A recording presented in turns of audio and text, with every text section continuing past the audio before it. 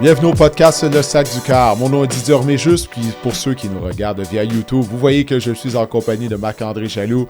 Et Marc-André, les Alouettes se sont qualifiés pour le match de la Coupe Grey. On y va d'une réaction rapide, on enregistre le podcast samedi soir. Alors ça y est, Marc-André, les Alouettes sont de retour à la Coupe Grey pour une deuxième fois en 3 ans. Oui, Didier, toi, t'es fraîchement même là, descendu de l'avion d'Hamilton. Écoute, non, mais on avait l'impression, Didier, dans ce match-là, que la dernière équipe qui allait avoir le ballon, c'est l'équipe qui allait l'emporter, puis c'est exactement ça. Lorsque les Tiger Cats ont inscrit 3 points en fin de quatrième quart, je me suis dit, les Alouettes ont une chance. Puis ça a pris, personnellement, 2 gros catchs de Charleston Rambo. Charleston Rambo, là, on l'a pas trop vu en saison régulière. Il a connu une saison ordinaire, mais mon Dieu, qu'en éliminatoire, il se lève depuis 2 matchs. On le voit. Ça a été 2 gros catchs importants. Puis écoute, dernière équipe à avoir la possession, José Maltos Diaz a remporté le match pour les Alouettes. On s'en va à la Coupe Grey pour la deuxième fois en 3 ans. Comment tu as vécu ça là, live sur les lignes de côté? Écoute, ça a été toute une bataille que les Alouettes et les Tiger Cats se sont livrés. Le match a été serré du début à la fin. On n'a pas concédé un pouce d'un côté comme de l'autre. Mais c'est quoi, Marc-André? Les Tiger Cats, ils avaient une chance de gagner ce match en première demi. En fait, ils ont perdu la rencontre, je crois, en première demi. Parce que combien de fois ils ont eu de courts terrains, ils ont eu des excellentes positions sur le terrain, en fait, commencer leur séquence. Puis ils n'ont pas été capables d'en profiter. Je me souviens, il y a eu une séquence où le bloqueur à gauche a été victime de 25 verges de pénalité en un jeu. Tu sais, il a continué à bloquer Darnell Sankey après le sifflet. Et on venait de faire un bon retour de beauté de dégagement du côté des Tiger Cats de Hamilton. La possession avait commencé dans le territoire des Alouettes. Donc je me disais, assurément, là, Hamilton va au moins inscrire 3 points. Puis non, fait que c'est là que les Tiger Cats ont perdu le match, moi je pense, en première demi. Parce que lorsque les Alouettes ont retraité au vestiaire avec une avance de 6-3, là, je me suis dit, regarde, les Alouettes vont se mettre en marche en deuxième demi. Ça a tout de même été un match serré, naturellement, jusqu'à la toute fin, jusqu'au botté de Maltos Diaz. Mais moi, je croyais vraiment que les Alouettes allaient gagner parce que les Tiger Cats ont raté leur opportunité en première demi. C'est fascinant, pareil, le football, Didier, parce que la semaine dernière, on se disait, c'est 2 bonnes défenses, on va assister à un match défensif. Ça a été un match avec une explosion là, des attaques contre les Blue Bombers.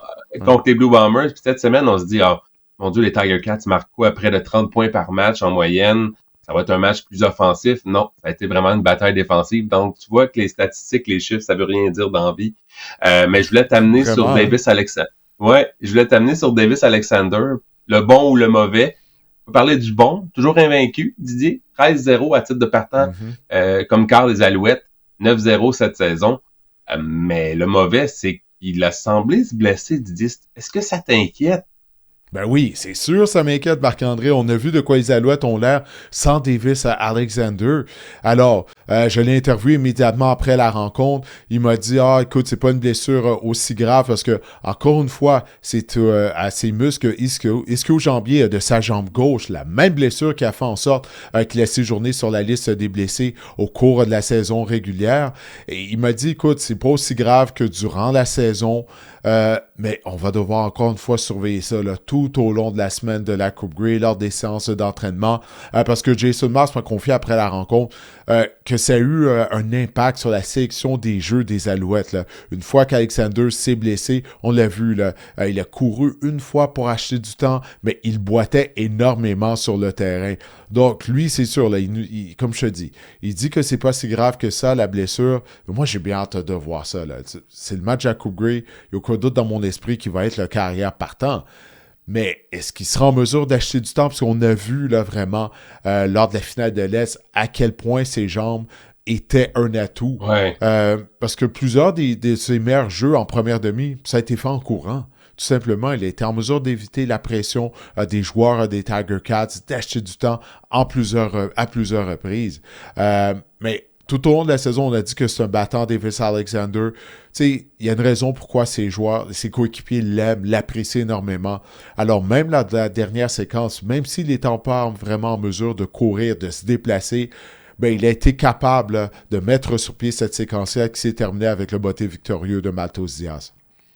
Parce que c'était pas son meilleur match pour Davis Alexander, j'ai trouvé, mais oui, encore là, les dérobades, il courait, il improvisait. Je pense que ça a été une facette du jeu qui a vraiment souri aux Alouettes dans ce match-là. Il a également été patient. Je me souviens de la longue passe à Snead, là, où Snead s'est fait plaquer durement. Il est resté dans la pochette, il a été patient. Il y a des qualités quand même de Davis Alexander, puis c'est de bon augure pour la suite des choses du côté des Alouettes de se dire que Alexander n'a pas connu son meilleur match. Même, je pense que c'était une de ses pires performances, à mon avis, de la saison. En termes d'efficacité. En termes d'efficacité, là. Ouais, mais faut donner crédit au Tiger Cat. Parce que, tu sais, c'est deux des meilleurs quarts de la Ligue canadienne qui s'affrontaient. Bolivar Mitchell, lui aussi, là, tu sais, ça n'a pas été un grand match de sa part, mais c'est vraiment les deux unités défensives là, qui ont répondu à l'appel. Puis Pierre Vacheval l'a tellement bien dit, tu sais, durant la rencontre. Tu sais, même lui, il a avoué qu'il s'attendait à ce que les Alouettes ne fassent qu'une bouchée des Tiger Cats. OK, il croyait que la défense des Tiger Cats serait pas en mesure de rivaliser, de ralentir l'attaque des Alouettes. Puis ça a été tout le contraire, là. Les deux défenses se sont présentées. Hamilton a eu beaucoup de temps pour se préparer, étant donné que les Tiger Cats ont eu congé lors de la demi-finale de l'Est. Puis ça a paru, là, tu sais. On a vraiment bien joué. On n'a pas concédé de longs jeux réellement, là, mis à part la passe à Snead là, que tu viens de mentionner en plein centre du terrain, puis Snead a payé le prix. J'en revenais pas qu'il ait été en mesure là, de conserver le ballon, qu'il n'a pas échappé le ballon, que ça n'a pas été une passe incomplète, ça a vraiment été tout un jeu de sa part. Mais tout ça pour dire, faut donner crédit aux défenses, Marc-André. Les défenses aussi sont rémunérées, les joueurs de défense aussi sont payés. Alors, écoute, ça a vraiment été toute une bataille, là. Parce que après le toucher de Tyler Snead, la foule au stade de Hamilton est devenue tellement silencieuse, Marc-André. Là, les Alouettes, ils ont pris l'avance, puis faut donner crédit aux Tiger Cats qui ont répondu. Là. Ils ont mis sur pied une séquence, ils ont traversé le terrain, sont allés inscrire un touché, parce que je pense vraiment les partisans des Tiger Cats, eux, à ce moment-là, ils se disent « Ah boy, notre attaque ne fonctionne pas, puis là, les Alouettes viennent de prendre l'avance. » Mais quel match de football! T'sais, autant qu'on assistait à des feux d'artifice durant la demi-finale de l'Est, là, ça a été un match à bas pointage. Mais comme je l'ai dit, ça a été serré du début à la fin. Je crois qu'on a eu droit à un bon spectacle. Ça a été un match à bas pointage, mais les attaques ont pas mal joué, c'est mon avis, ont pas mal fait non plus. C'est ça qui est intéressant. Puis Davis Alexander disait après le match qu'il avait regardé le film 300 là, avant la rencontre, parce qu'il se sentait un peu comme ça, c'est les Alouettes contre le monde, tu sais. Là, je voulais pas crier, là, mes enfants, mes petites filles dorment en haut, là, mais tu sais, le roi Leonidas est mort sur ses plaines. Bref, le film 300, puis il disait même que durant la rencontre, on a passé un extrait de ce film-là, là, quand les Tiger Cats tentaient de revenir de l'arrière. Bref, il y a vraiment une mentalité de gagnant, de guerrier, Davis Alexander, sauf il y a une affaire qui m'inquiète. Ça va m'amener à te parler du jeu au sol. Ça a été lui qui a obtenu le plus de verges au sol durant la rencontre, 64 verges sur 7 courses. Stevie Scott, on a voulu, on l'a pas vraiment utilisé, on l'a utilisé en fin de match. J'ai pas trop compris le plan de match. On a parlé d'équilibre, on parle toujours d'équilibre, toi puis moi. Stevie Scott a été productif en fin de match, mais t'aurais-tu voulu qu'on l'utilise davantage là, en première demi?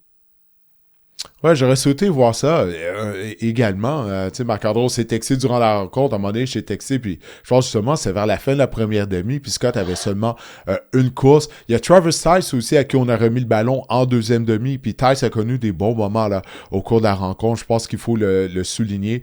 Mais tu sais, j'avais posé la question justement à Jason Maas durant la semaine de préparation. Tu sais, je lui avais dit est-ce qu'on pouvait s'attendre à voir Steve Scott être utilisé autant que lors de la demi-finale de l'Est contre les Blue Bombers de Winnipeg. Puis il m'avait dit écoute, on a appris qu'est-ce que la défense des Bombers nous concédait. Il disait clairement, Winnipeg ne croyait pas que les Alouettes voulaient courir avec le ballon. Et puis, la section de jeu de Jason Maas et d'Anthony Calvillo. Anthony Calvillo sélectionne des jeux aussi. Ben là, on s'est rabattu sur le jeu au sol. Alors là, ça n'a pas été le cas. On a continué d'y aller des jeux d'options passe-course. On a opté pour la passe du côté des Alouettes. Mais oui, j'aurais souhaité voir plus de jeux au sol de la part de Montréal, encore une fois, mais on peut pas critiquer les Alouettes avec le résultat. On a été en mesure de l'emporter, puis on accède au match à Coupe Grey encore une fois pour une deuxième fois en 3 ans. Comment tu évalues la performance de la défense? Bolivar Mitchell a quand même connu 260 verges, 261 si pour être exact, verges par la passe, mais il y a des gars qui ont connu un fort match dans la défense des Alouettes. Je pense notamment à Darnell Sankey qui a obtenu 10 plaqués en défense, vraiment, là, la défense des Alouettes a été tout feu, tout flamme face aux Tiger Cats aujourd'hui. On a fermé la porte. On a fermé la porte. Oui, on a concédé des verges, mais on a fermé la porte. C'est comme je le disais tout à l'heure, combien de fois en première demi, les Tiger Cats ont eu un excellent positionnement sur le terrain afin de commencer leur séquence. Puis la défense des Alouettes, elle arrivait sur le terrain, elle forçait la présentation de bottes de dégagement après 2 jeux. On a continuellement fermé la porte du côté de la défense des Alouettes. On était prêts, puis Darnell Sankey me l'avait dit durant la semaine. J'avais parlé, après un des entraînements, j'avais croisé, puis j'avais dit, OK, là, est-ce que vous allez bien jouer à Hamilton? Vous allez affronter Bolivar Mitchell, la meilleure attaque de la Ligue, du moins une des meilleures attaques de la Ligue canadienne, très explosive. Puis lui m'a dit, inquiète-toi pas. Il dit, inquiète-toi pas, on va les arrêter, on va être trop robuste pour eux. Puis sais-tu quoi, c'est ça qui est arrivé. Puis comme tu l'as dit, Sankey a sonné la charge. Ses plaqués étaient solides. Puis on n'a pas concédé de verge vraiment après les réceptions. Du côté des receveurs des Tiger Cats. Tu le mentionnais lors de l'épisode avec Marco Dubois. Hamilton avait 3 receveurs qui atteignent la marque des 1000 verges cette année, mais on a limité, Marc-André, les verges après la réception. On plaquait les receveurs des Tiger Cats, on concédait absolument rien. C'est vraiment un travail magistral de la part de l'unité défensive de Noah Thorpe, je crois. La seule chose, c'est un point négatif, on n'a pas appliqué de pression. Il y a eu des jeux où Bolivar Mitchell avait énormément de temps. Je crois qu'on n'a pas entendu le nom d'Asiak Ademi Berglund de la rencontre. Mais comme Marco nous avait dit, comme Marco Dubois nous avait dit, les Tiger Cats sont possiblement la meilleure ligne à l'attaque de la Ligue canadienne. Puis ça a paru là, en termes de protection. Puis en plus, c'est drôle parce que les Tiger Cats en saison régulière, c'était l'équipe qui avait marqué le plus de points à la suite de revirements. Puis lorsque j'ai vu que l'interception en fin de match là, de Destin Talbot, je me suis dit, oh mon Dieu, ça s'en vient le toucher. Puis les Alouettes, ça va mal finir cette histoire-là.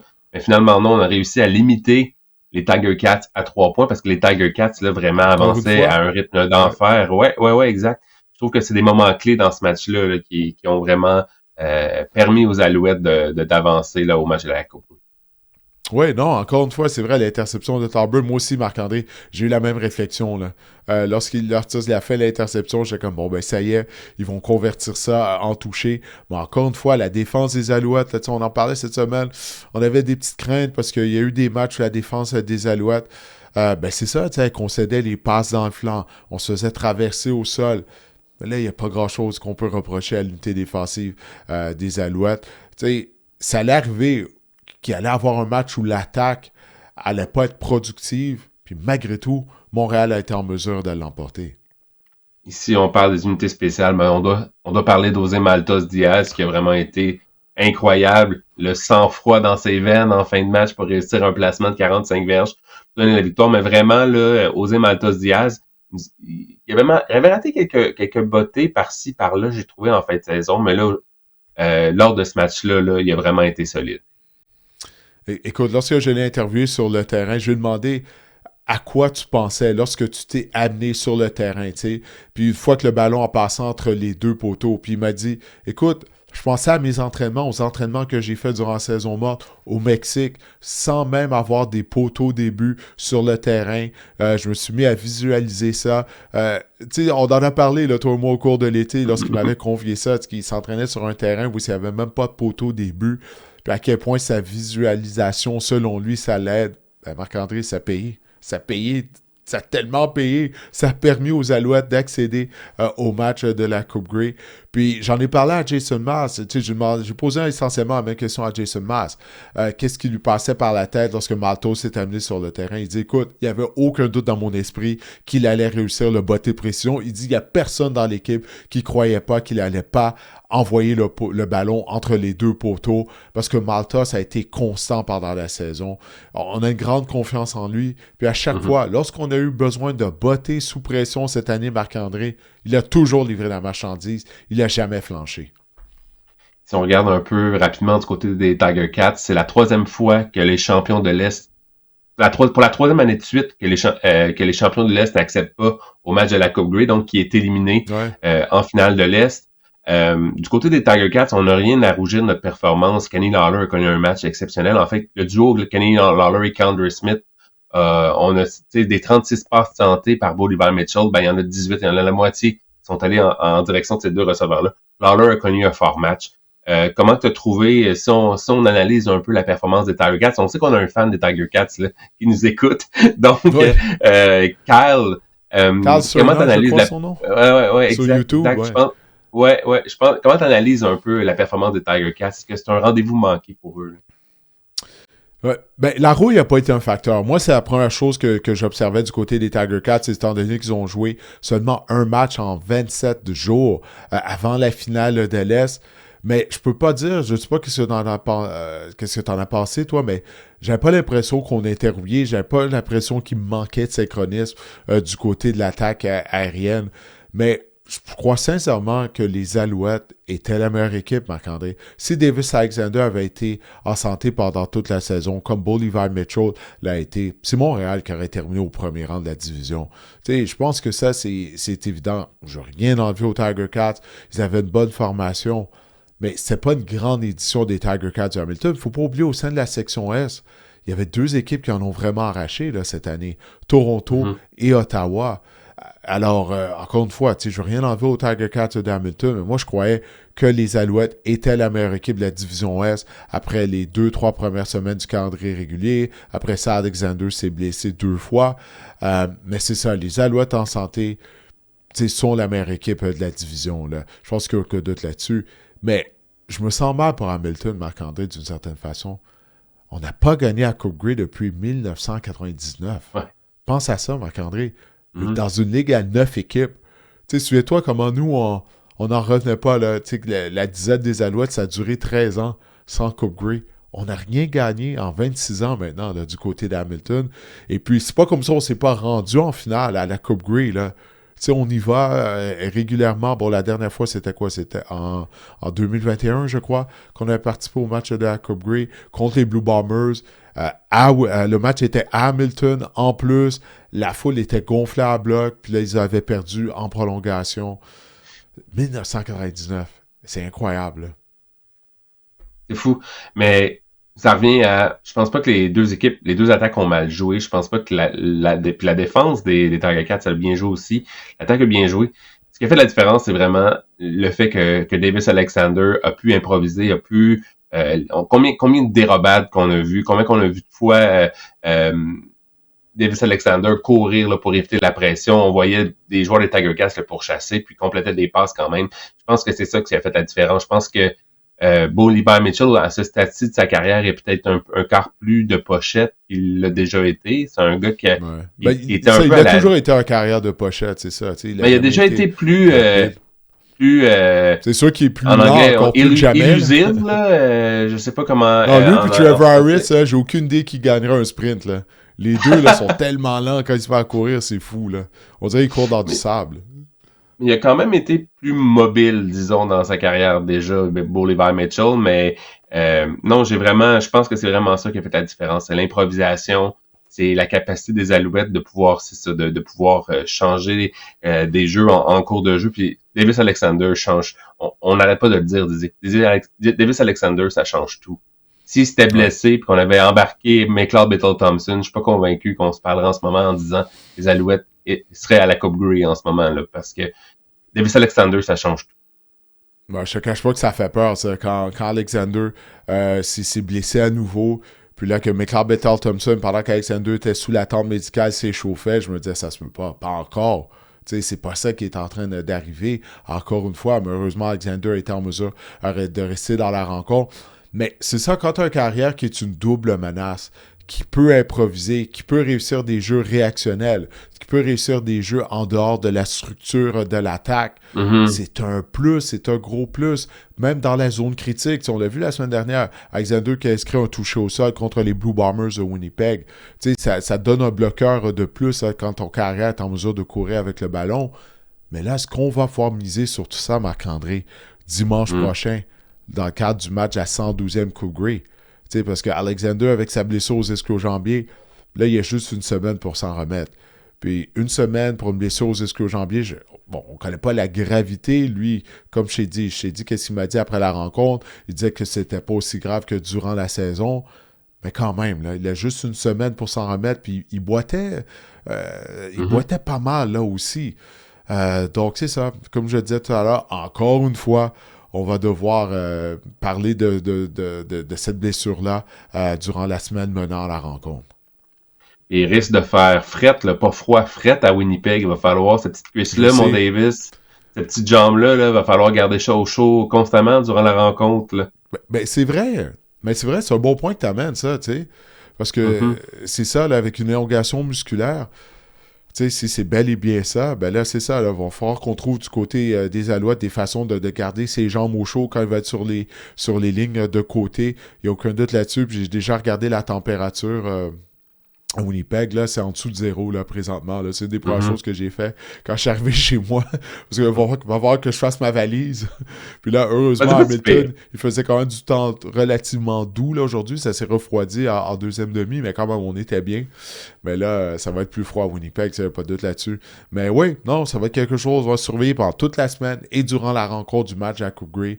Les ischio-jambiers à Davis-Alexander, est-ce qu'ils vont tenir le coup? Est-ce que ça va lui permettre de courir, d'acheter du temps et tout? Bref, j'ai bien hâte de voir ça. Chose certaine, les Alouettes ont vaincu leur démon à Hamilton en éliminatoire. Une première victoire depuis leur retour là, dans la Ligue canadienne en 1996. On est en quête d'une 9e Coupe Grey, d'une 2e en 3 saisons. On va affronter maintenant les Rough Riders de la Saskatchewan. Et là, on a 35 heures, là, si on se met dans la peau des Alouettes, là, Trevor Harris. J'ai hâte de voir cet affrontement-là. Les Rough Riders représentent la meilleure équipe dans la Ligue canadienne cette année. J'ai vraiment hâte de voir ce match-là. Ça va être intéressant. On se souvient, Didier, sans trop parler de cet affrontement-là, on va le faire dans le cadre du podcast. Les Alouettes avaient été vaincre les Rough Riders en Saskatchewan, mais on avait abusé là, de la tertiaire recrue, des demi de coin recrues ou des demi de coin inexpérimentés des Rough Riders lors de ce match-là. Ouais. Réserviste, oui, pardon. Ouais, les deux coins réservistes, Tal Thompson, bon, il avait connu un fort match. Il y avait également Tyson Philpott avait amassé plus de 200 verges par voie de réception. Stevie Scott, plus de 100 verges au sol. Mais ouais, c'était les demi-coins réservistes des Rough Riders. Puis là, je suis sûr que si je suis les Riders, je me dis j'en dois une aux Alouettes. Puis les Alouettes se sont présentés, ils leur ont donné à Regina, ils leur ont donné toute une claque. Ben, c'est pratiquement là, la défensive B là, qu'on avait du côté des Riders. Puis en plus de ça, c'est une reprise des matchs de la Coupe Grey de 2009 et 2010. Hein? En fait, de 2008 et 2009. Non, 2009-2010, excuse-moi. Les deux conquêtes consécutives de la Coupe Grey et des Alouettes à l'époque de Mark Trestman et d'Anthony Calvillo, ça avait été contre les Rough Riders de la Saskatchewan. Alors, il y a un historique, là, Marc-André, à la Coupe Grey entre ces deux équipes-là. Est-ce qu'on va compter tous les joueurs lors des bottées? C'est à souhaiter du côté des Riders. Oui. Ça c'est à souhaiter, ça, il n'y a aucun doute là-dessus. Mais encore une fois, l'histoire, en commençant la semaine de la Coupe Grey, ça va être l'état de santé de Davis-Alexander. J'en reviens pas, Marc-André. On dirait que j'ai parlé de ça pendant toute la saison, de son état Le jour de la marmotte. Oui, effectivement, le jour de la marmotte. Bon, on s'en sauve pas jusqu'à la fin. Faut parler des ischio-jambiers de Davis-Alexander. Je sais pas de ton côté s'il y a d'autres choses que tu voulais ajouter. Je regarde dans mes notes pour voir s'il y a un joueur qui s'est illustré qu'on n'a pas mentionné. T'as mentionné le nom de Charleston Rambo avec raison. Travis Tice. Moi, j'adore Kebion Ento. C'est rendu mon joueur favori, disons, pour les. Je trouve qu'il a joué un fort match. Ça paraît peut-être pas dans les statistiques, mais je trouve qu'on a rabattu des passes. Il y a eu à négocier avec les receveurs de renom, là. Tiger Cat, je trouve qu'il a joué peut-être un peu plus dans l'ombre. Je peux m'exprimer ainsi. Je trouve qu'il a joué un grand match. Puis je trouve que cette année, il connaît une excellente saison, Kebion Ento, puis ça s'est poursuivi. Mais écoute, on pourra en reparler dans une autre édition du podcast. Il est tard quand même. Oui, il est tard. Puis en plus de ça, il y a un match de la NFL à Londres demain. Pas à Londres, mais excuse-moi, en Allemagne plutôt, oui. Match en Allemagne entre les Falcons d'Atlanta et les Colts d'Indiana Jones et la dernière croisade, Didier. Oui, c'est ça, exactement. Ben oui, en Allemagne. Alors, hommage à Sean Connery à la mi-temps. Mais sérieusement, alors moi, je vais être en studio pour cette rencontre-là. Alors oui, Marc-André, ben écoute, on va se laisser là-dessus. Les Alouettes sont de retour à la Coupe Grey pour une deuxième fois en 3 ans. wow, j'ai hâte de voir comment ça va se terminer l'histoire de cette édition 2025 des Alouettes. Mais en tout cas, écoute, Marc-André, je te souhaite de passer une bonne fin de soirée. Et pour les gens qui ont regardé cet épisode du podcast ou qui l'ont téléchargé, on vous remercie. On vous invite à nous suivre sur nos réseaux sociaux tout au long de la semaine de la Coupe Grey. Je vais essayer de mettre le plus de contenu possible pendant que je vais être là-bas. Et bien sûr, on va voir notre épisode. On va mettre la table pour cet affrontement du match de la Coupe Grey entre les Alouettes et les Rough Riders de la Saskatchewan. Oui, chaque équipe a gagné un des 2 duels en saison régulière. Alors, j'ai bien hâte de voir ça dimanche prochain. Alors, on vous reparle un peu plus tard au cours de la semaine.